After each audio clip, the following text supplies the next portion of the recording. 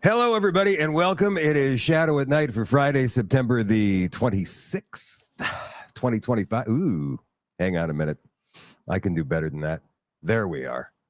That's better. Friday, September the 26th, 2025. On the show tonight, Keir Starmer, the Prime Minister of the United Kingdom, has declared that everybody in Britain, if they want to work, will have to have a digital ID before the end of his term. So that's 2029. We're going to dig into that a little bit more. Guess who was there with him today, by the way? Yeah. Also, we're going to the Ostrich Farm in just a second to see what the mood is and if there's anything new going on out there in just a second. Hello, Michael. Vicky is watching in Nova Scotia. Hello, Debbie in Kipling, Saskatchewan. Carla's in Calgary. Hello, Ken in Dromana, Australia. Cheryl is watching in Alberta tonight. Hello, Paul and Tyndall. Kathy's watching in Bothwell, Ontario. Jonathan is watching in Ohio on YouTube. Hello, Barb in Southern Ontario. Agnes is watching in Southeastern Saskatchewan. Hello, John in Angusville. Sharon's watching in Quebec. Hello, Kathy in Foxmore in Manitoba. David is watching in Spruce Grove. Lulu is here tonight. Mireille, Mike, Debbie, Nancy is watching in Berks Falls, Ontario. Lucette's in Saint Jean-Baptiste. Hello, Christine in Anola. Anybody else I miss here? Frank is watching in the Muskoka area. And over on Rumble, we've got Louis Devlut watching in Seaforth, Ontario. Hello, Louis. How you doing? Sister to Five Brothers is is watching tonight. Ruby, hello. How are you? Island Luck is watching tonight from Nassau in the Bahamas, where they're expecting a tropical storm or a hurricane. Whoa. Well, hello. I hope you guys get out of it okay and everything is going to work out for you. Hello, Dog Park Lady. Amazing faces, all you fantastic people over on Rumble. We'll go to the Ostrich Farm in just a moment. The Shadow at Night live stream, as always, brought to you by CanadaNanoSilver.com. Silver is amazing. It has several natural health benefits, and it's been used for hundreds of years for health and healing. That's the main reason they made silverware from silver. But seriously, this nano silver from Silverceuticals is the best and safest silver you can find. There are hundreds of studies and reports on it. I've read some of the studies myself, and it's mind-blowing. One of the things that sets Silverceuticals apart is that it washes out of your body in 24 hours. No silver buildup and no turning blue. And it won't even harm the good bacteria your body needs. It's so effective they can use very small concentrations of silver, like 10 and 32 parts per million, and still outperform other silvers that have up to 3,000 parts per million. It's safer and more effective at the same time. It is an incredibly small particle that is small enough to work through your body, but big enough not to fall out of suspension. They infuse it into almost all of their products. It works in facial serums, toothpaste, gels, and even gummies that work to help your immune system.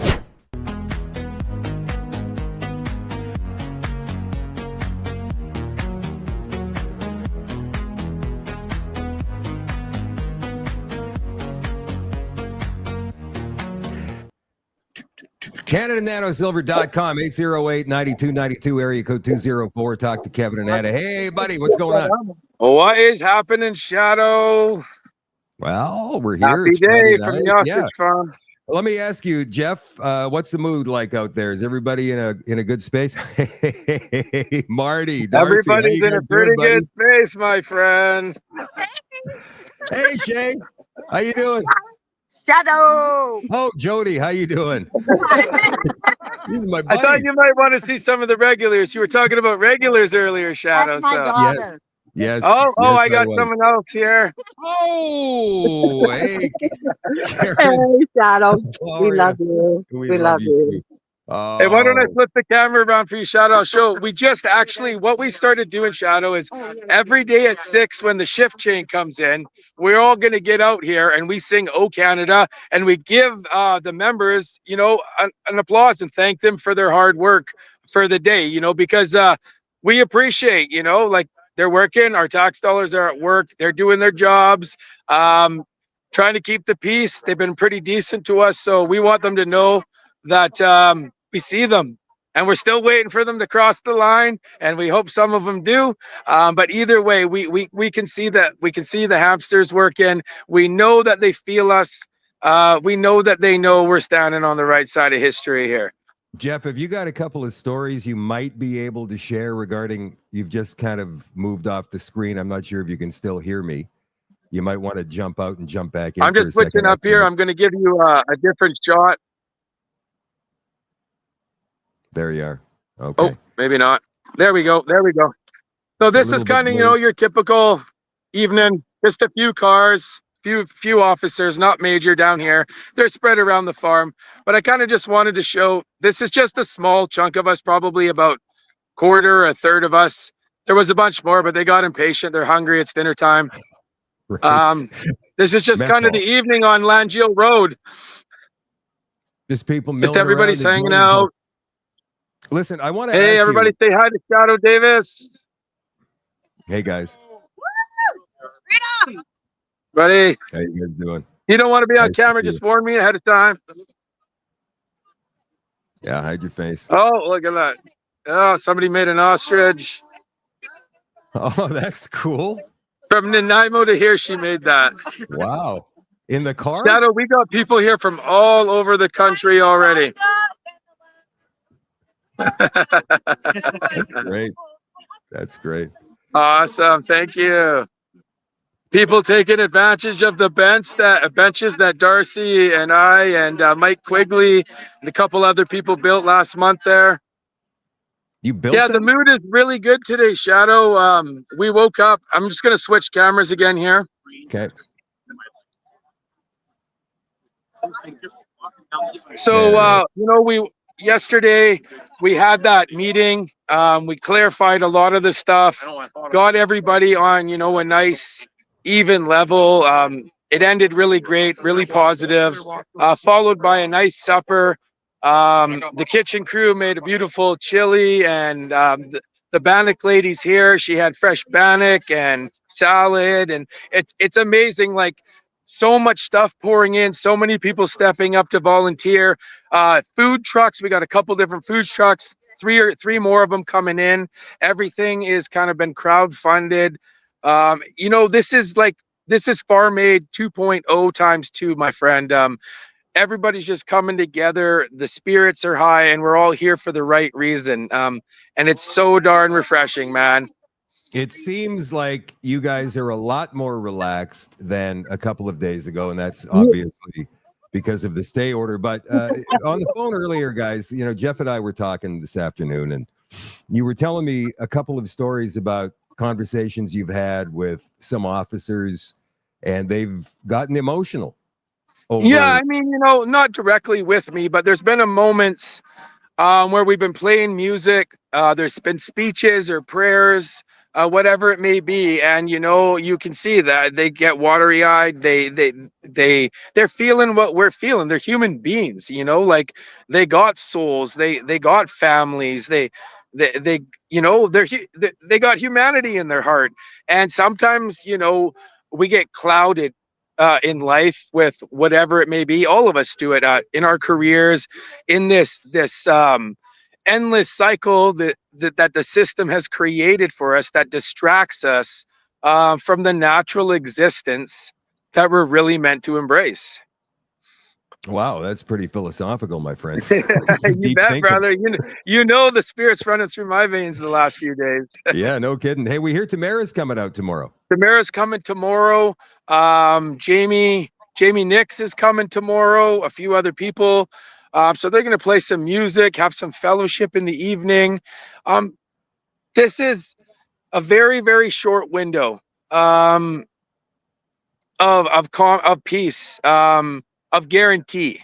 Next week, you know, things could change again. So we don't know what the future holds, but we know what today holds, and we know what tomorrow holds. And we're gonna roll with that. The ostriches are in a good mood today. You can tell our energy is good, so their energy is good. They're feeling it.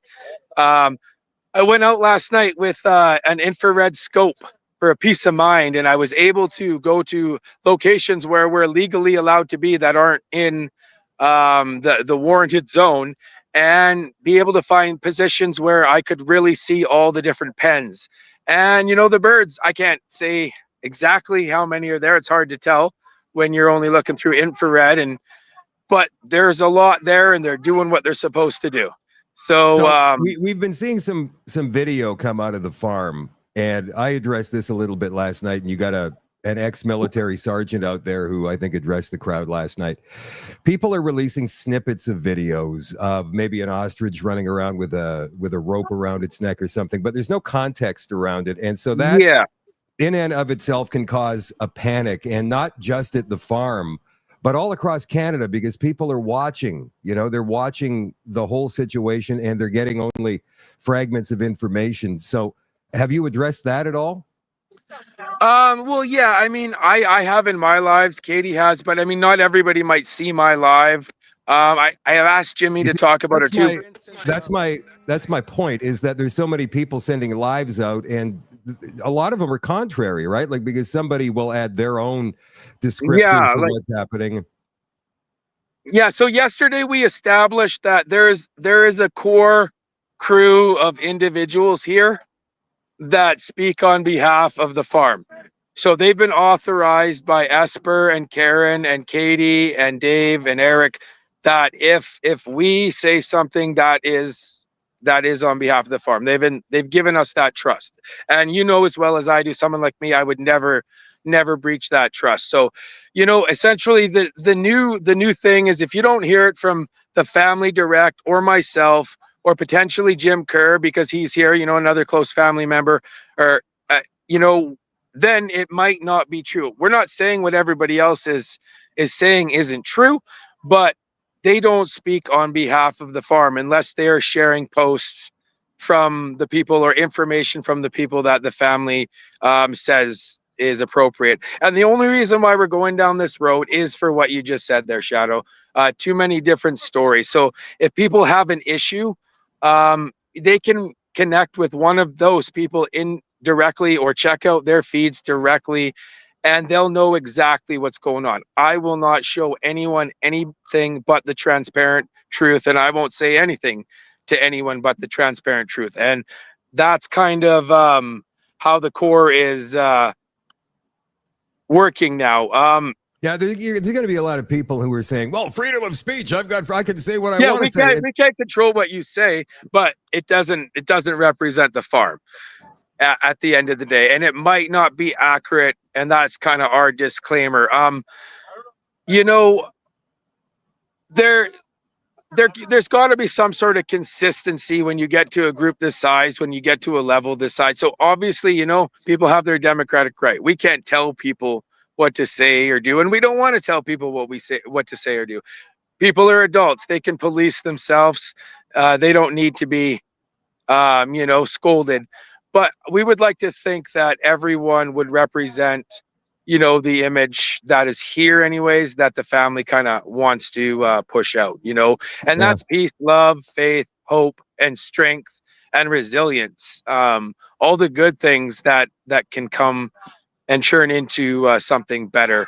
Yeah, it's interesting because people have been invested in this for months now, and some people, they're watching in, let's say, Nova Scotia or Eastern Ontario, Quebec. They're far, far away, but they're feeling everything that you guys are putting out there, and that means the panic also, right? So yes, sir. So if somebody is saying, "Well, we've got a CFIA feeding the birds some poison," then that's going to spread around, and you wouldn't believe the messages this past week, and I'm sure you've been going through the same thing. If you've gotten a dent of the stuff that I've got, Shadow, I feel for you, brother. I feel for you. It's been like every morning I wake up, I've got at least 100 messages, whether it's an email or a direct message or a text or something. I heard that, and so now you have to go through them and see what's real and what's not. And yeah, I mean, you're so bang on. That's it right there. We set the tone here at the farm. The people that are here, that are boots on the ground, set the tone. So if we give a perception that we're panicked and that we're nervous and that we're stressed out, well, by all means, of course, the hundreds of thousands, if not millions of supporters around the world, they're going to be feeling that same kind of hysteria. And they got it worse than us. We're here. We can see what's going on. Yeah. Unless we're live, unless, you know, you or someone else is kind of broadcasting what we're doing here, no one really knows. So it's important that that tone stays solid, original, and accurate and transparent, because we're there. Like, we're there almost. And the last thing we need is to spark some sort of negative avenue that is really not beneficial to anybody. So let's stay on the topic of misinformation while we're here. And I'm going right to the left-wing corporate media right now, where on the CBC yesterday, or maybe it was the day before, Ian Hadamansing had a virologist on from the University of Saskatchewan. Dr. Rasmussen is her name. And Dr. Rasmussen was saying that we have to assume the birds are sick, and we have to follow the World Animal Health Organization's stamp out policy. It didn't sound very scientific to me. Hadamansing also asked her if she had any political skin in the game, of course, and they said no. I went to her X page where she's a she, her. So yeah, I often find it surprising that if I'm a guy and I choose to be a guy, I got to tell people that. Isn't that like a given? You know, like, yeah, we know you're a she. Tell us if you decide to give yourself another one of those weird labels. Like, other than that, I'm going to assume you're a she. Well, speaking of assume, like she said, we assume the birds are still sick, infectious, and we have to stamp them out. And I thought, why not? And the CBC didn't bring this up at all in that 2-minute interview. Why not test the birds? Why not test the birds? Has that been the question that people are still asking, that I think it should be like top of the list? It's the only one of the biggest things that just doesn't make sense. You know, like, it's so simple. It's elementary. It's obvious. Even some of the officers that are here, when we get talking, like, why aren't they just testing them? Like, it's the question. You know, it could alleviate everything. Just test them. I mean, I'd rather be at home with my family. Test the birds, right? Yeah, like, test the birds, right? And you know, if they were right, then Shadow, if these birds have this magical flu that lasts 256 days, then we would know, wouldn't we? I think so. I think everybody would be dying. There'd be an outbreak. The entire area would be quarantined. Never mind just the ostrich pen. You know, it's funny you bring that subject up, because, you know, as you know, we've gotten to know a lot of people with a lot of credentials in this process. Dr. Stephen Pellick, among many others. And, you know, their research and their data in these subjects are very clear. You know, there's an incubation period of avian flu that lasts approximately 7 to 14 days. Now, in any cases where they have actually been able to prove silent shedding or shedding of a virus past the time of symptoms, very rarely do you find a study that suggests that silent shedding lasts more than 7 days. We're at 257 days today, Shadow. Yeah. That's like you getting sick in January and coming over to my house now and giving me a cold. I could have had 3 or 4 colds since January, depending on my immune system. I saw a post as well from the Ostrich Farm on, I think it was Facebook, maybe Instagram, where the CFIA has been pumping out misinformation on their website, which has been corrected by the farm. Are you aware of that? Yeah. Do you want to like clarify which items you that you're referring to? Because I never got a chance to specifically check it out, but I have heard the talk when briefly talking to Karen earlier about it. Okay, so we're talking about treatment of animals, for starters. They're suggesting that the farm didn't or hasn't been treating the animals as per the guidelines of CFIA. That's just to start with. Yeah, okay, yeah, I know exactly what you're referring to now, yeah. So yeah, I mean, it's bullshit. I mean, I don't know what else to say. Anyone who's been here sees the love and the care that Karen puts into the ostrich plan here, when it comes to their feeding plan, when it comes to their health plan, their maintenance plan. I mean, that woman's got an answer for everything. Veterinarians come to her, and because she is one of the leading experts, because of her years and years and years of experience in those pens, to ask her questions, like, well, what would you do if an ostrich was this? What would you do if an ostrich was that? It's ironic. The CFIA should be hiring Karen to go into the pens or Dave to go into the pens and to take care of them, because they know what they're doing. The guys in there, they're talking about care. The guys in there are like 5-year-olds running around trying to catch their dog with a leash. Like they don't know what's going on. They don't know how to feed them. They don't know how to care for them. They have to ask Karen and Dave everything anyways. So wait a minute. Has there been communication then between CFIA and Karen and Dave? Yeah, there is a communication established. It's done through a portal. Why but can't they it just is- talk directly? What is the matter with just having a conversation? I mean, that's where they can start building some kind of relationship. Yeah, I mean, just like we did with the RCMP here, right? You Right. got to build some trust, some leeway. But yeah, the portal is just like an online email portal. You don't know who you're talking to. You might as well, it's like one of those call center, when you're like on your phone plan and you're like, man, I need some help. And you go online and check it all out. And they're like, yeah, talk to the bot. Like, that's what it feels like. Well, it's like when parents separate and they have to communicate through that online portal. They're not allowed to speak to each other over the care of the child. That's what they're doing here? Really? It's exactly the same, Shadow. That's a perfect example. Oh, wow. That's insane. And then, like, everyone's really busy here. So like Karen and Dave aren't sitting there at the computer waiting for an email to go, dang, your next email is in here. They're dealing with their lawyer. They're dealing with media. They're dealing with hundreds of people that want to ask them questions and want to know what's going on. And that phone's ringing nonstop. Like, it doesn't stop from the time morning to night. And, there is always something to do around here. The kitchen is like command center of everybody just doing 100 things, Have you got a more secure roof on the kitchen now so that if it rains, it's not going to cave in? Oh, that kitchen. Yeah. No, they're okay for now. Let's hope this doesn't stretch through to the winter, because none of these tents are made for Kootenay Mountain winter. But look, man, I we'll gotta tell adjust you, if we have to. we're gonna. I want to know if you've heard anything about when the Supreme Court is going to make their decision. Well, like Omar has said, don't talk too much about, the stuff, the substance of everything. But, Right. The timeline is we know that the CFIA has responded already to the stay order. So that initiates the the 2-day process of the farm being able to respond.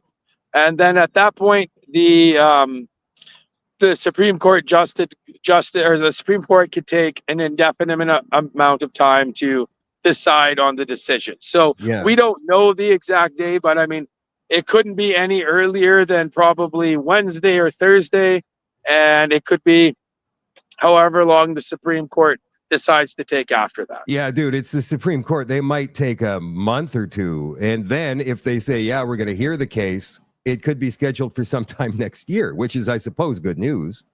Yeah, like I'm sure they would expedite this, but yeah, you're absolutely right. It's still not going to be like, okay, we're going to do court. Can you be here Monday at 5?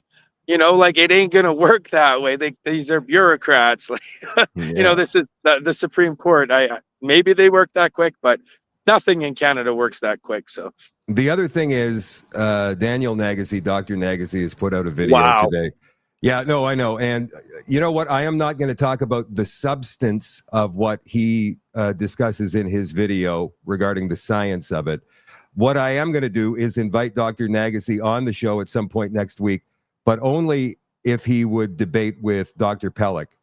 I would love that. You know what, Shadow? I will be glued to that show if you do that.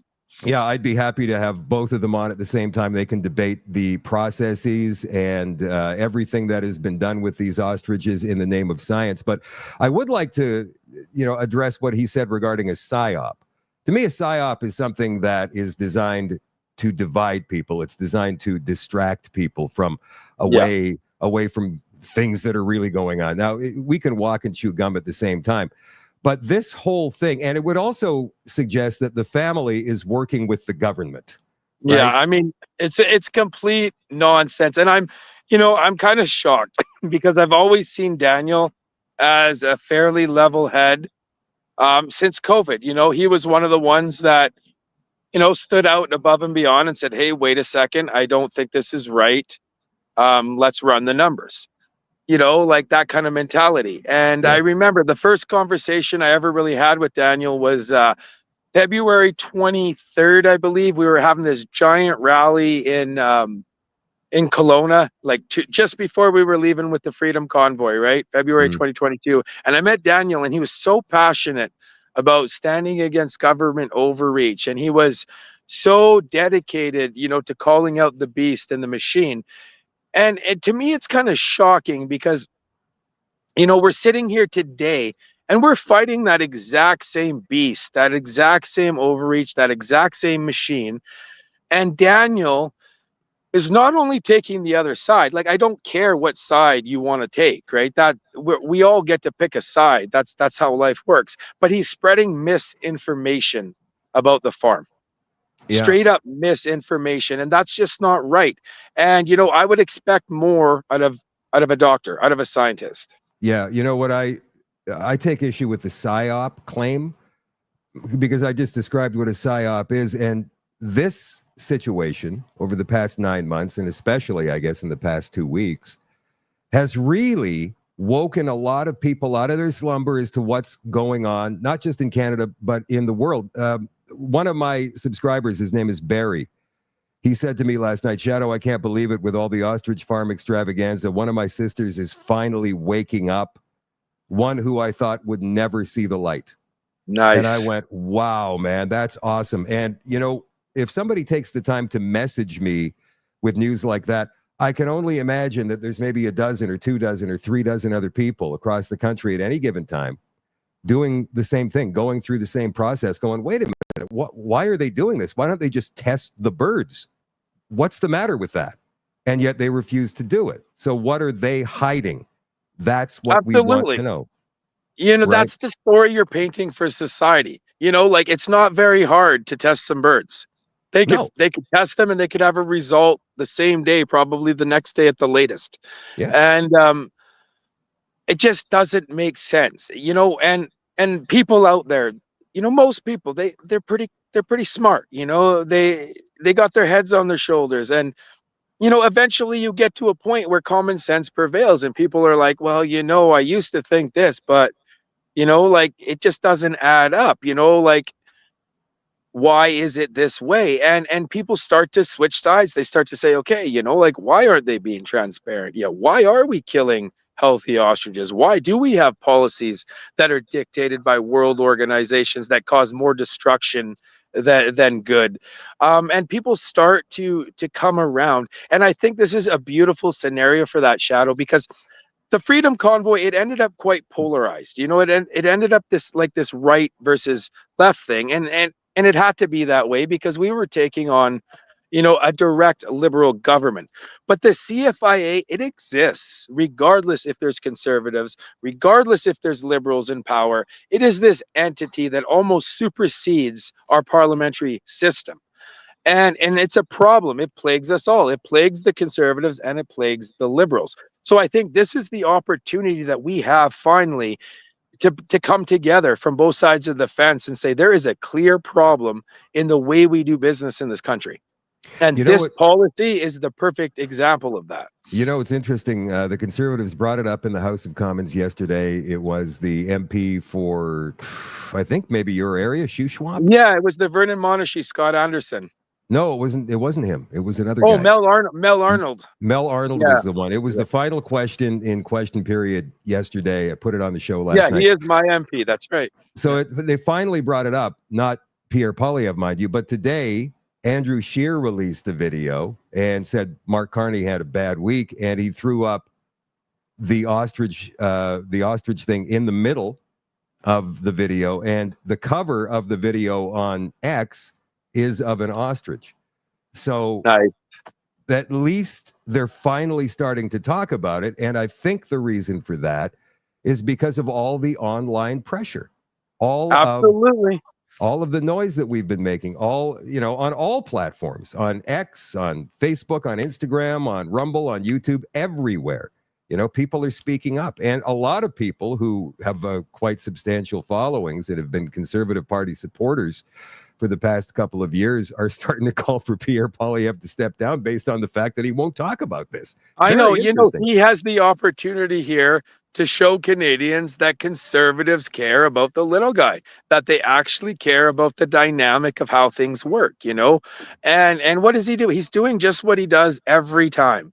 He sits back, just like with the convoy, never said a thing. And then all of a sudden we roll into Ottawa and a little bit of people out there start giving us support, and we're big. And then who decides to show up? The 11th hour Christians, right? The 11th hour Christians are always showing up at the end of the day. And I don't mean to use that term lightly, but it's the politicians out there that don't take a lead until they're forced to take a lead. Like we had a couple politicians, Scott Anderson, David Williams, Jordan Keeley, two MLAs, David Williams, Jordan Keeley, Scott Anderson, federal, that were here out the gate. You know that, Shadow. You were here back then, and these guys were here when we were a little blip at the bottom of the news. Ostrich Farm taking on government, and that was it. So I give a shout out to those guys. I mean, I appreciate all of them finally getting aboard. We need their support to create change. It's difficult though, right? Like, because on the one hand, you go, well, where were you guys 6 months ago? And now you're happy that they are deciding to finally speak out. Yeah. So it's difficult to. Yeah, you can't be mad at them, but I just, for once, I want to see like mass engagement before the people have to force it. But in reality, I guess that's what politics is. Like we often forget the level of power we have, and we brush it aside. But when we collectively actually start focusing on it, we realize, wow, we can really dictate things. We can really create change. We can really light fires under these people's chairs, and we can pull back some control. We can gain some autonomy if we truly want to. That's on us. We have a responsibility in the game, Totally. So let me ask you this, and this will be the last thing. I know you want to get to have a bite to eat, and you're expecting a lot more people this weekend. Are RCMP letting them in? Are there any problems getting into the drive at all? We have daily briefings with the RCMP in the morning. Sergeant Atkins, great guy.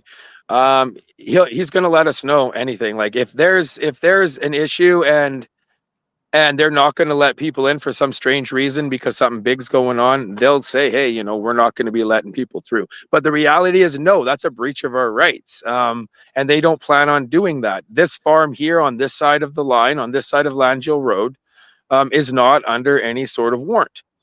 This is private, free land. They can have as many guests. Access to it, right? I mean, it's like we can have people over if we want to have them over. And they can't tell you how many guests you can have at your house, especially out here in Edgewood, where there is no bylaws saying that you can't, right? That would be a municipal issue. So they're kind of caught between a rock and a hard place. If they stop us from exercising our democratic rights, that's going to be the catalyst that literally takes us over the top. So now the government is going to kill healthy ostriches. They're not testing healthy birds. They're using bogus, twisted policies, uneducated, unskilled organizations that don't know what they're doing. And we're going to take away the freedom of speech. And we're going to take away the freedom of transport. And we're going to take their freedom to go visit their friends and families. Like, what kind of banana republic are they wanting to present to the rest of the world? This is supposed to be Canada. Shadow, this is supposed to be Canada. Yeah, it's supposed to be. I don't know what the hell's happened to it in the last 5 years. It's sure gone down the shitter. Oh my God. You got Tamara coming out. Who's the other guy? Jamie Nix. Jamie Nix. He's like a touring country music artist. He's around. I've seen a couple of his music videos. Looks pretty skilled. I look forward to seeing it. Here, I'll give you a kind of a panoramic view from this side, just kind of looking over at everybody. Everybody's getting ready for dinner. That looks like more people than were there in the summer. Oh yeah, for sure. I'll quickly walk you over here before we go. I'll show you a couple of the food trucks that we got set up. The kitchen, Shadow, it's packed, full of all everything that, people need. And this is all coming in from donations. Obviously, we recommend people come prepared just in case. But, there's more than enough to go around at this moment if people, need it. So everybody's kind of just doing the thing that we always do here, communitying it up, working together. We got our man Darcy. He's on work crew lead. So he essentially is running, the guys taking care of wood, cleaning up the garbages, taking them to the dump, maintenance, all that stuff. You We still got a whole those bunch of porta potties out there? Yeah, they get pumped out every couple days right now because we got so many people here. Whoa. We got these lovely ladies, Shadow, in the kitchen. They've kind of taken over the lead. We're doing everything organically this time. There's no hierarchy. We're letting people naturally just fall into their roles and their leads. And that's how it should be, right? Just people stepping up, working together, Yep. doing the right thing. So these lovely ladies are preparing supper right now over here. What are they making? I don't know. What are you cooking? Shadow wants to know, ladies.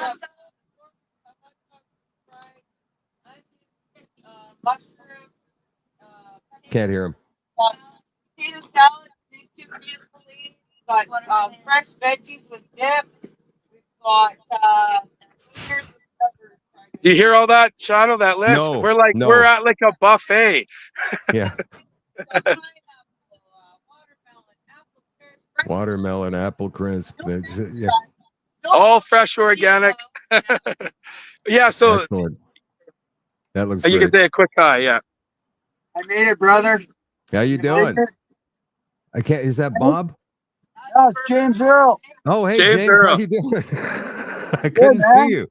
I hope to see you here this weekend. Yeah. Well, me? What? I might have No. said you're debating coming, and Jody said you said that to her too. So it's When not did just me. I didn't say that to Jody. That's what she said. She said you said you were debating it, Shadow. No, Hey, I love didn't you, say. my brother. I didn't say that. Oh my God! Hey, there's Atari. There's Atari. There's Dave. Hey, Jeff. How you doing? Shadow. How you doing, Shadow. Dave? Oh, hi, Shadow. How you doing, Dave? Pretty good, we think. You look happy. That's good.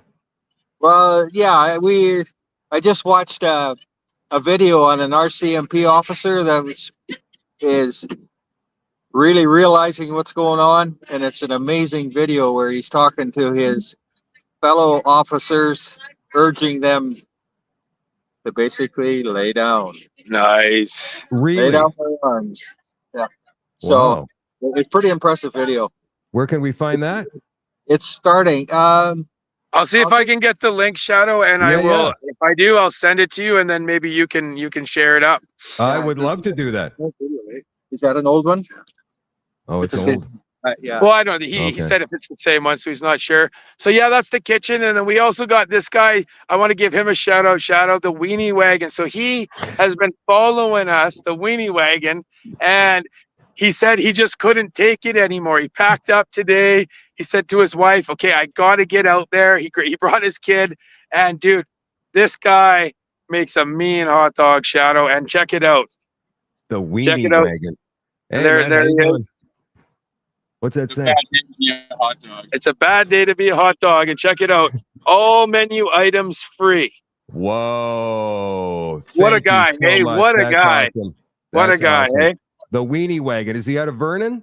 Weenie Wagon out of Penticton, Shadow. Penticton, Penticton, cool. BC. All right. Let's give him a shout out then. Weenie Wagon out of Penticton. Weenie Wagon. And then I wish I would have got her before she left, but we also had the Bannock lady, but she had another event to get to. She was here for a couple days, helping everybody out, keeping them fed. We got a couple more food trucks. I don't know their names exactly that are coming in tomorrow and the next day.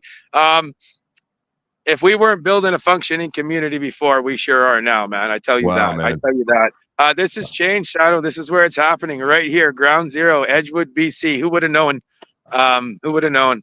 I am so proud of you guys, and you too, Jeff, man. You've really stepped up and gotten the word out. And I can't even tell you how thrilled I am that you guys have managed to get this far and you're all coming together like this when it matters the most. When Thank it you. matters the most, that's all that counts, man. Thank you too, Shadow. You have been intricate, like really intricate, helping Katie get her message out there, especially early on, when she was trying to just be a voice and say, hey, listen to me. You were there, buddy. You were there doing the shows, supporting the family, making sure that they were heard and not silenced. And we see you, buddy. We see you. All right, man. Thank you, Jeff. I hope you guys have a great weekend this weekend, and maybe I will come out. I'm going to roll it around in my brain for a bit. Tell you what, Shadow, you let me know, and I won't tell anybody, and we'll make it a big surprise if you do. Yeehaw.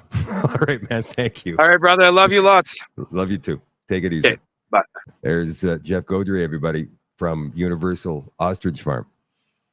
Keir Starmer, the Prime Minister of the United Kingdom, today announced that mandatory digital ID is coming.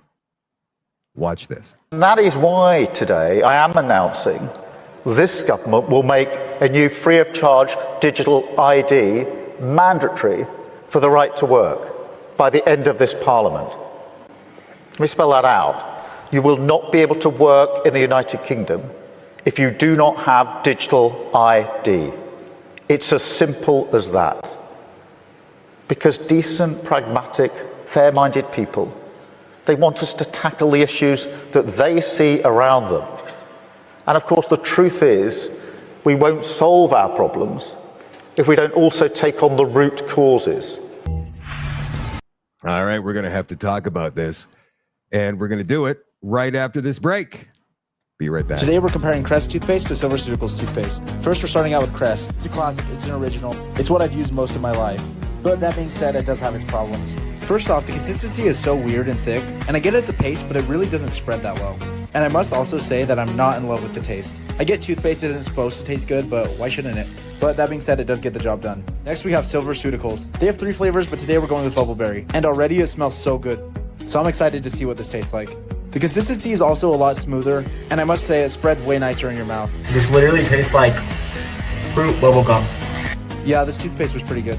I actually went in for seconds, and it's infused with nano silver, so it helps remineralize your teeth and keep them fresh throughout the day. 100% go with SilverSeuticals. And here's the results. What's your favorite toothpaste? Well, there you go. It's Canada Nano Silver, 204-808-9292. You can find them online at CanadaNanoSilver.com. All right. Mandatory digital ID. What's digital ID? Well, there's a lot of different versions of it. Digital ID is basically, at this stage anyway, a card. All right, so it's a card that has everything, or it could be on your phone. So these apps or these cards contain all of your information on a magnetic stripe or on a QR code. It's got your health information on it. It's got your gender, I suppose. It's got your citizenship on it. It's got your bank information on it. It's got everything on it. All of the different cards that you have in your wallet. This is how they're going to be rolling it out, by the way. Oh, it's such a convenience. You don't have to have all those 80 million cards in your wallet all the time and dig through there. Yeah, that's a real inconvenience. Come on. If you're going to be standing in line at the health office or your doctor's office or wherever, you've already got your card in hand like 3 people back from the desk, don't you? I do, because it makes sense. It's like having your keys out before you go to open the door, especially if you're carrying groceries. But these people are trying to make your life more convenient. So everything that you have will be stored in a card. Therefore, your life is online. Digital ID. Eventually, what they could do with this digital ID is put it on a chip. So it's not on your phone any longer. You don't even need the card, because in 2 years' time, the card is going to be such an inconvenience. Oh, you have to pull that one card out of your wallet? No. All you have to do is wave your hand, because you got a chip right in here. And that chip will open the door. That chip will get your bank information. That chip will make the phone call. That chip will text that friend of yours. It's all on there. That's biodigital convergence. Or maybe it'll be retinal scans. Everybody's got their own unique retinal pattern, like fingerprints, like DNA. And so when they start taking retinal scans, you can just stick your eye right up in some camera and they'll say, oh, hello, it's you. Here's the problem. You've got governments who have access to all of this information. That means they can track you wherever you go. Because it's also going to be a sensor, right? And they're going to say, well, if you get lost, if you get abducted, you want people to know what's happened to you, where you are, so you can never be lost. But the government will know where you are at all times. And if they're able, at some point soon, to attach a digital currency to this digital ID, then you'll never need money ever again. But the government, or whichever corporation they've partnered with to make this happen, like Oracle, they'll have all that information. They'll be able to track you at all times. Remember the video I played last night, or was it the night before, of Larry Ellison talking about how you will always be on your best behavior because we're watching you all the time? Well, that's what this is. And it's interesting how Keir Starmer creates the problem. Actually, it wasn't even Keir Starmer that created the problem. It was the Conservative Party in the UK that created the problem for the past 10 years by allowing all of those immigrants to flood the country. So they create the problem, and they've already had the solution in hand for years. And we said that's what they were going to do. We said it 3 years ago, 4 years ago, 5 years ago. We were talking about this then. And what did they call us? Conspiracy theorists. And they're probably still, some of them, calling us conspiracy theorists. They don't have plans to do that. What, are you kidding me? We're talking about the same people that told you your business was not essential. We're talking about the same people that told you that you can only have 2 people over for Christmas or Easter. We're talking about the same people who called police if they saw more than 2 or 3 vehicles in your driveway or in the street in front of your house. That's who we're talking about here. Would they do that? Absolutely they would, in a heartbeat. Why? I hope you've been asking yourself that question. It's about control. It has nothing to do with fixing the immigration problem. That's what Keir Starmer is rolling this out as. He says, well, we're going to make sure that all Brits have this card so we can tell who's an illegal immigrant and who's an actual citizen. What? You mean you can't tell right now with the information you already have? And that's how it's going to be rolled out all over the world. Make no mistake, this is not just a United Kingdom problem. This is a worldwide problem. But this is the trial balloon. They may have been talking about it in other countries. They may have slowly done quiet rollouts in other countries, like they're doing in Canada. We'll get to that. But this is the first time we've seen a world leader step up to the podium and say, we are bringing in mandatory digital ID. If you want to work in this country, you have to have it, period.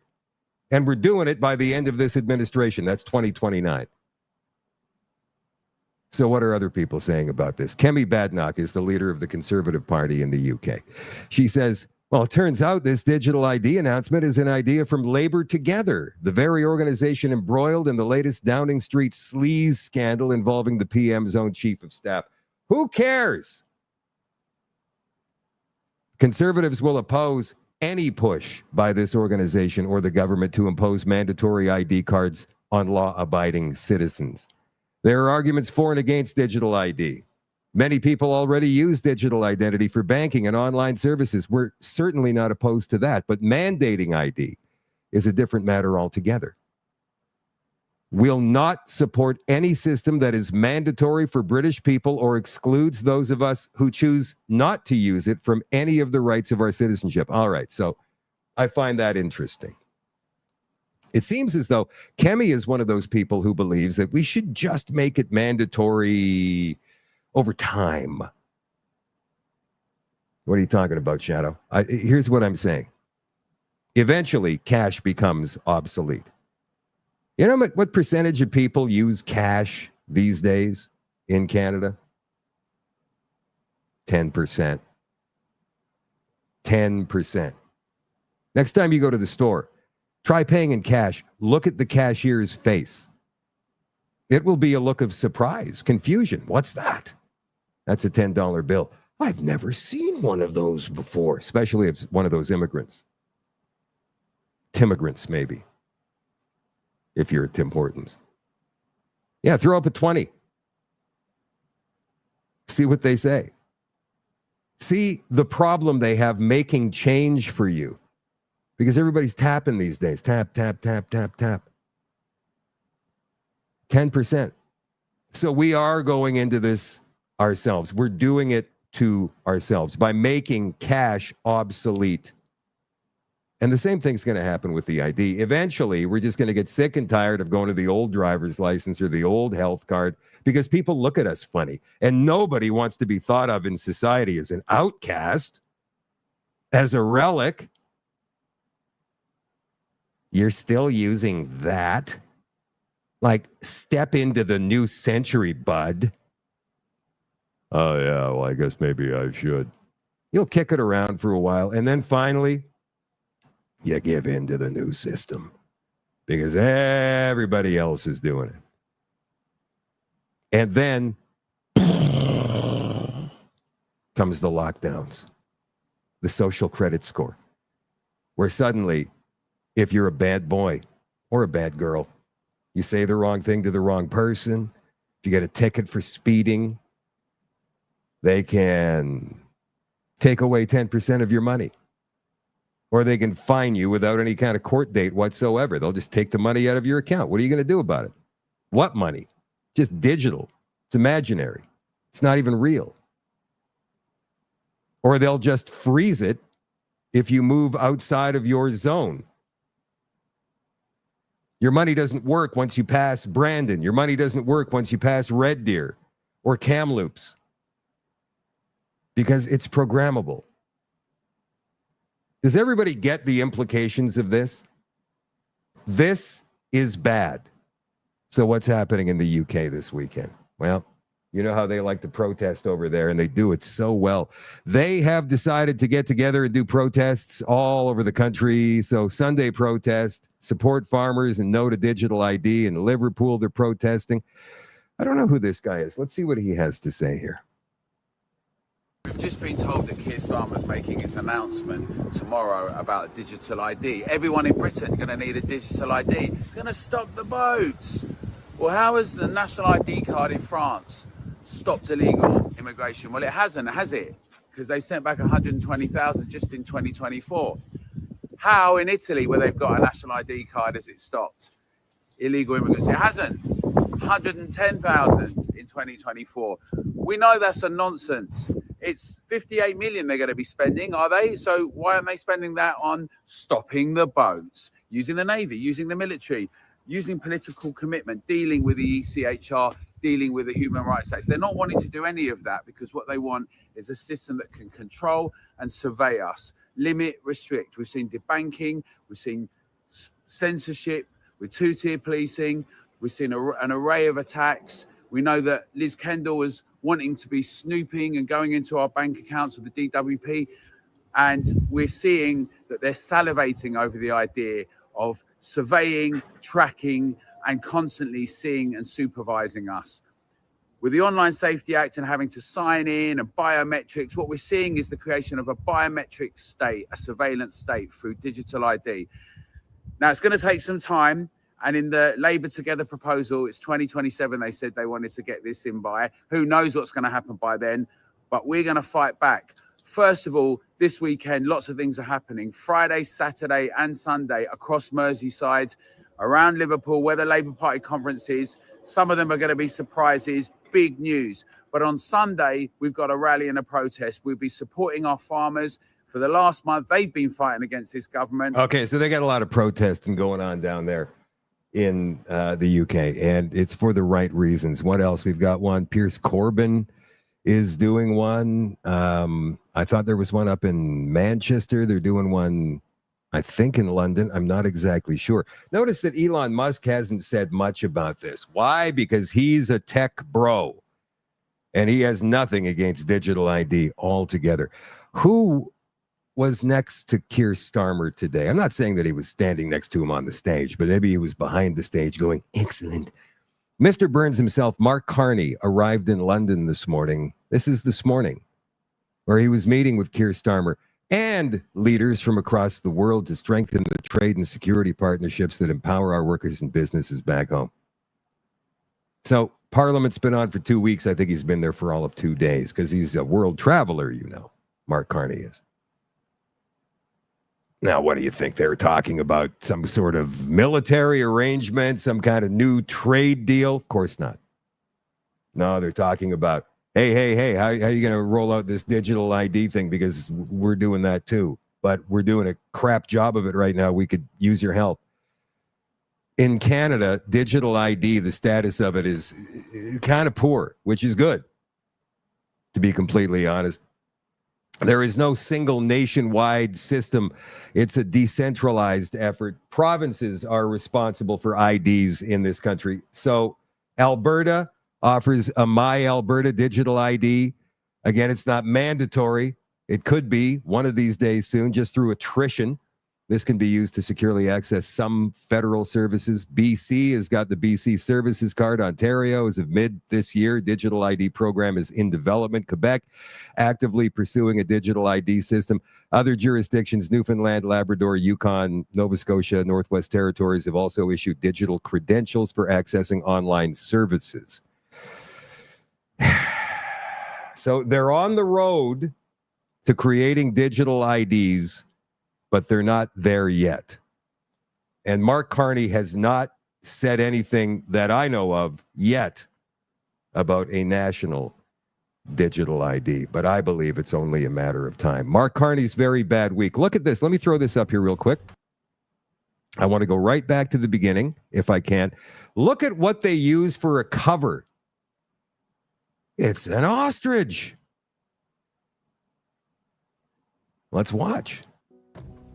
Well, Parliament's back, and Mark Carney had a terrible week. He promised Canadians that he was the man with the plan, would move at unimaginable speeds. Well, anyone who believed him must be severely disappointed. Let's take a quick look at just some of the ways that Mark Carney let you down this week. Mr. Speaker, I don't even know where to begin with that. That's right. First up, Mark Carney went and met with the Premier of China. Did he get an end to unfair tariffs on Canadian canola? No. He actually praised the Premier of China for China's record on the environment. They are, amongst other things, very sincere and engaged on climate. This is a country run by engineers. This despite the fact that China is responsible for 35% of all global CO2 emissions and is... Okay, so I'm going to stop him right there and say, why don't the conservatives in this country come out and say that there is no climate emergency? It's all a scam, like Trump did the other night during his UN speech. Why do they tacitly agree with the liberals that there is some kind of climate problem and we're going to help to fix it, unlike the liberals? Why do they approach this issue like that? Why don't they have the balls to say, hey, look, you know, all these scientists over here, they say you guys are crazy and this is nothing but a scheme. A scheme and a scam. But no, they keep going along with it. Maybe they think it's a losing battle. I don't know, but it's weak and spineless. Building new coal-fired electrical plants at record speeds. Meanwhile, while he was praising China for its terrible environment performance, he had his Liberal MPs vote to keep the production cap on Canadian oil and gas. Oh, and there he is, running away from Parliament before question period so that he doesn't get embarrassed. There he goes. This isn't surprising at all. After the week he's had, it's no wonder he's desperately trying to avoid any kind of accountability. Coming in at number 2, the Independent Parliamentary Budget Officer, Parliament's budget watchdog, came out with shocking numbers today. Mark Carney's deficit will be $68 billion.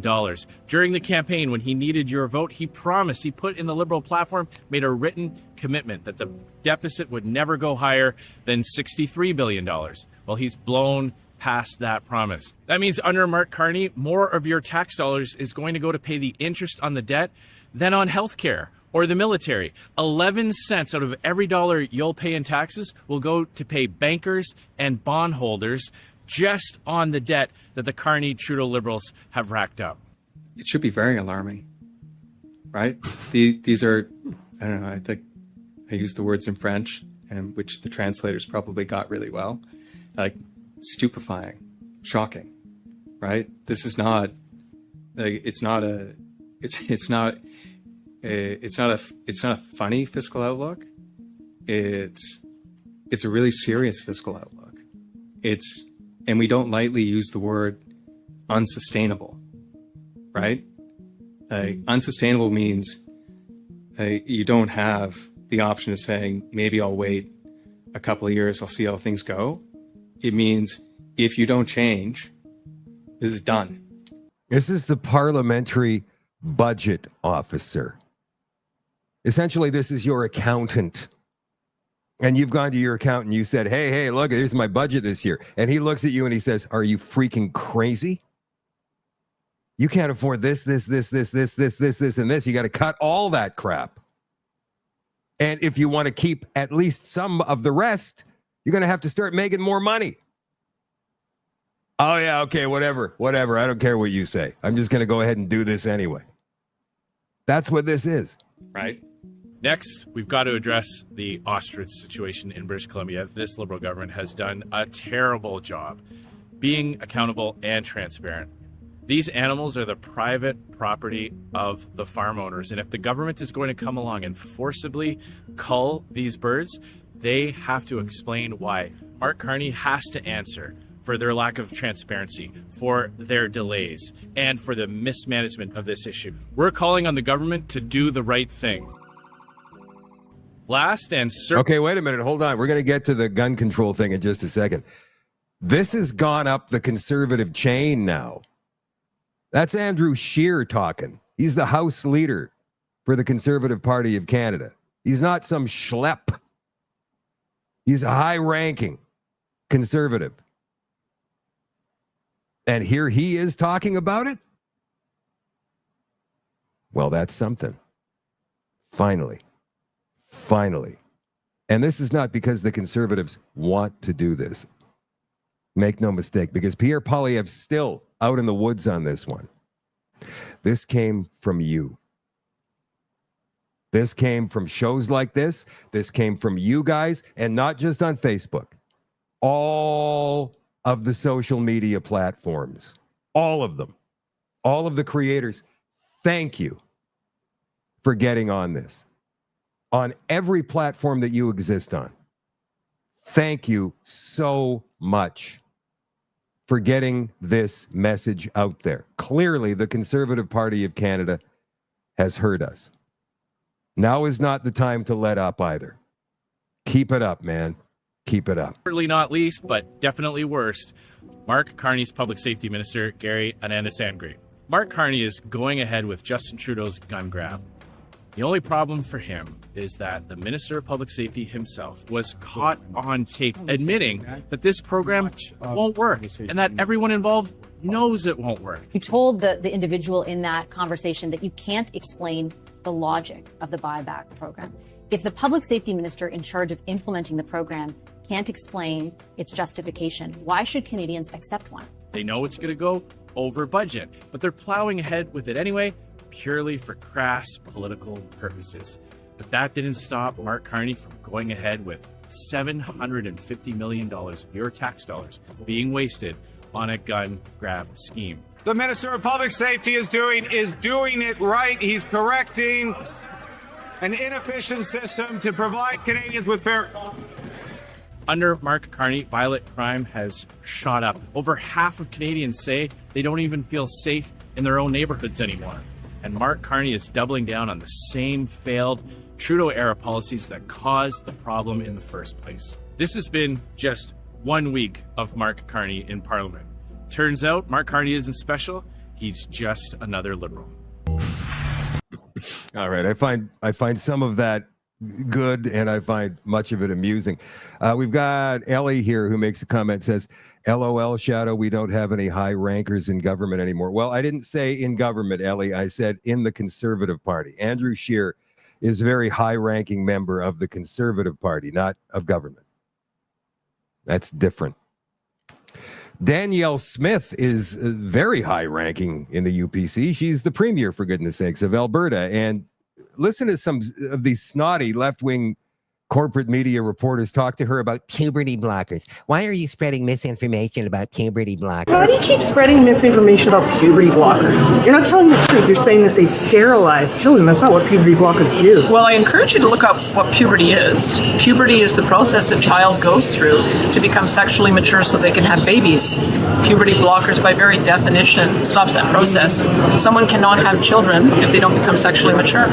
And so we are allowing for a process where kids, when they're old enough to understand the implications of the decisions that they're making, they'll be able to make that choice. And that is about age 16, so that it doesn't interfere with their ability to have kids. So that's the approach that we're taking. But it's reversible. It doesn't permanently stop them from having children. Well, that in and of itself is misinformation coming from the left-wing corporate media reporter. It's still up in the air. We don't know if they're reversible or not, because there's just not enough science on it. You're conflating puberty blockers with hormone therapy. If a puberty blocker, if you stay on it, it by definition blocks puberty. And if you're blocking puberty, you're not able to have children. So we're going to protect a kid's right to be able to make adult choices when they're adults, and we're prepared to defend that in court. And you're prepared to force children to go through male. It amazes me. These young reporters, fresh out of journalism school, I guess, who have the audacity to walk up to somebody like that. How come you're spreading misinformation about puberty blockers? Well, first of all, it's not misinformation. And secondly, you are spreading misinformation by saying I'm spreading misinformation. I just don't get where their heads are at. And I don't understand why their editors or their publishers don't bring them into the office after an exchange like that and say, you need to learn decorum and respect and how to be a fair-minded reporter. So from now on, you will not be going out on stories by yourself. You'll be accompanying this veteran journalist over here who hopefully isn't a Marxist. But it's harder and harder to find a good reporter these days, isn't it? So what about the potential harms and benefits? This is from pmc.ncbi.nlm.nih.gov. United States. Potential harms and benefits of ongoing puberty suppression. Potential harms. Localized reaction at injection/implant site. Reduced bone density, increasing risk of osteoporosis and fractures. This is for a kid, mind you. Osteoporosis in a 15-year-old. Yeah. I know. Impaired fertility. Impaired sexual functioning, which may include vaginal atrophy and pain during vaginal intercourse for birth-assigned females. Fusion of bone growth plates will be impaired, resulting in increased final height. Possible increased risk of developing hypertension, cardiovascular disease, and metabolic disorders such as obesity, high cholesterol, and type 2 diabetes. There's more. There's psychosocial, cognitive as well, potential negative impact on brain development. And what are some of the positives? Prevents irreversible development of unwanted secondary sex characteristics and may prevent need for future gender-affirming surgeries. like those are positive. This whole thing as well. Nothing but a scam. And any doctor that works in this field is a scam artist. These people will be perpetual patients. They're prescribed drugs that they have to be on for their entire life. Never mind the expensive top and bottom surgery these people have to go through and the pain. They have to stay on drugs their entire life in order to maintain the veneer of the sex they want to be. And if gender is fluid, then why do you have to do it anyway? Or is that a different category of the LGBTQ? I get it mixed up. We're going to go into the Charlie Kirk situation tonight. And I had a very interesting conversation with the AI Grok this afternoon. I'm going to read that for you guys in the extension on shadowdavis.com. So if you're a member of the website, you're going to get a chance to check that out tonight.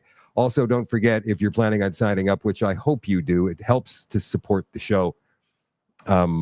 Join the Telegram group, Shadow at Night Community. I'm sorry, I had a brain fart there. Shadow at Night Community on Telegram. We hope to see you over there.